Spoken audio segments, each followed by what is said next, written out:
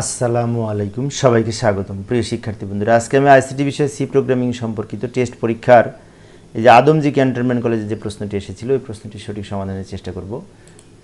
তো আলোচনায় আছে আমি মোহাম্মদ সিরাজুল ইসলাম, বরিশাল সরকারি model school and college Barishal. চলো শুরু করা যাক। প্রথমে প্রশ্নটা দেখে নিই। এই যে প্রশ্নটি এখানে উপস্থাপন করলাম।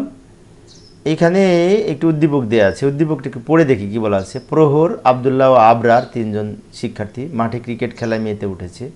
ব্যাটিং দেখে মনে হচ্ছে তিনজনই সমান রান করবে, কিন্তু পরবর্তীতে দেখা গেল যে প্রহর পি রান করেছে, আবদুল্লাহ কিউ রান করেছে, কিন্তু আর আবরার আর রান করেছে, সমান রান করেনি। পি কিউ আর এই রানের পরিমাণ তিনজনের যথাক্রমে। এই তথ্যের আলোকে গ নম্বরে বলেছে প্রহর, আবদুল্লাহ, আবরারের তিনজনের গড় রান নির্ণয়ের ফ্লোচার্ট অঙ্কন করো। অনেক সহজ, তাই না? তিনটি সংখ্যার গড় নির্ণয়ের ফ্লোচার্ট আঁকবো। তো যাই সমাধানের চেষ্টা করি। প্রথমে আমরা এইভাবে উদ্দীপকের আলোকে তিনজনের গড় রান নির্ণয়ের ফ্লোচার্ট নিম্নরূপ বলে লিখে নিব। ফ্লোচার্টের শুরুতে আমরা কী লিখবো মনে আছে?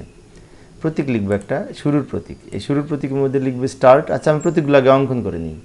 তারপরে ইনপুট প্রতীক, তারপরে প্রক্রিয়াকরণ প্রতীক, এরপরে আবার আউটপুট প্রতীক। ভালো করে লক্ষ্য করি, ইনপুট আর আউটপুট একরকম প্রতীক, শুরু এবং শেষে একরকম প্রতীক। মাঝখানে গড় নির্ণয়ের জন্য আয়তাকার প্রতীক, সামান্তরিক এই বিশেষ করে প্রক্রিয়াকরণ প্রতীক। এর মধ্যে এবার লিখি। প্রথমে কি লিখবো মনে আছে?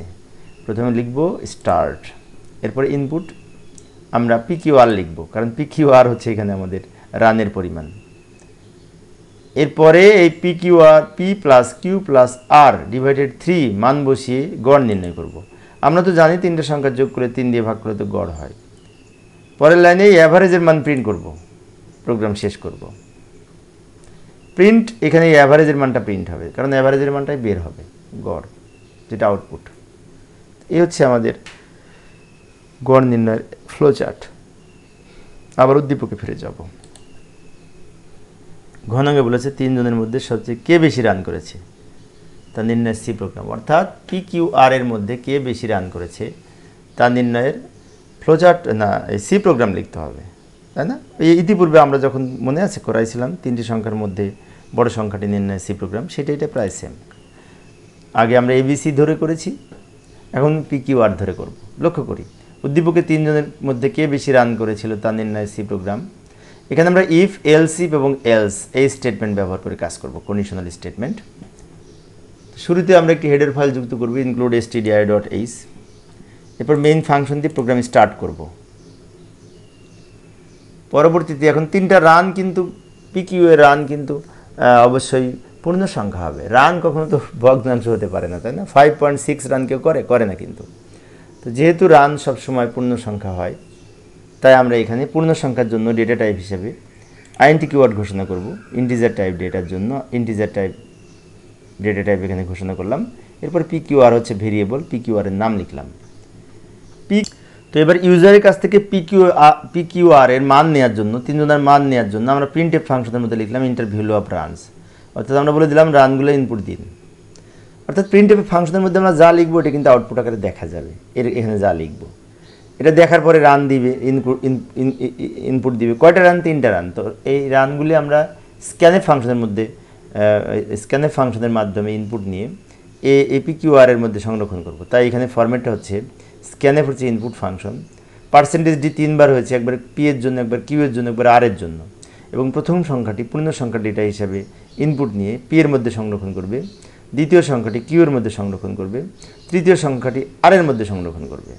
এখানে সূত্রটা হচ্ছে scanf format specifier and variable, অর্থাৎ স্ক্যানএফ হচ্ছে ইনপুট ফাংশন, আর ফরম্যাট স্পেসিফায়ার হিসেবে পূর্ণ সংখ্যা ডেটার জন্য আমরা %d নিয়েছি, এবং 3টা সংখ্যা কার মধ্যে রাখবে? এ বি সি নামক পি কিউ আর চলকের মধ্যে। তাই and P and Q and R লিখেছি।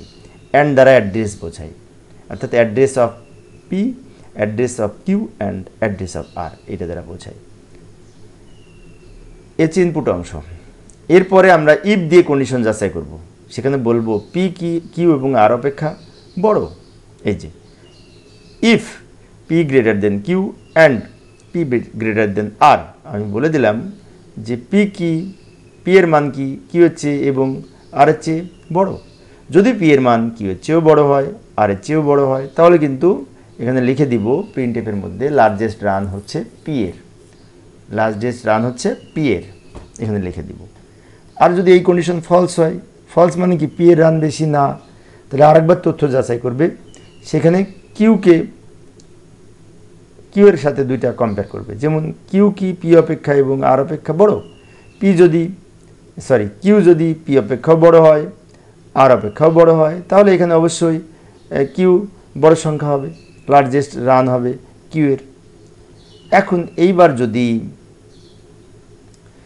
এই দুইটা কন্ডিশনে মিথ্যা হয়, তাহলে কিন্তু আর বেশি রান করেছে। অর্থাৎ প্রথম কন্ডিশন মিথ্যা মানে কি পি বেশি রান করেনি, দ্বিতীয় কন্ডিশন মিথ্যা হলে কিউ বেশি রান করেনি। তাহলে পি কিউ দুইটার মধ্যে কেউ যদি বেশি রান না করে থাকে, তাহলে অবশ্যই আর বেশি রান করেছে। তাই লাস্টে যে এলস এর মধ্যে লিখব, else largest run is equal to R এর মান। শেষে রিটার্ন 0 লিখে প্রোগ্রাম শেষ করব। তো এই হচ্ছে আমাদের তিনটা সংখ্যার মধ্যে বড় সংখ্যাটি নির্ণয়ের সি প্রোগ্রাম।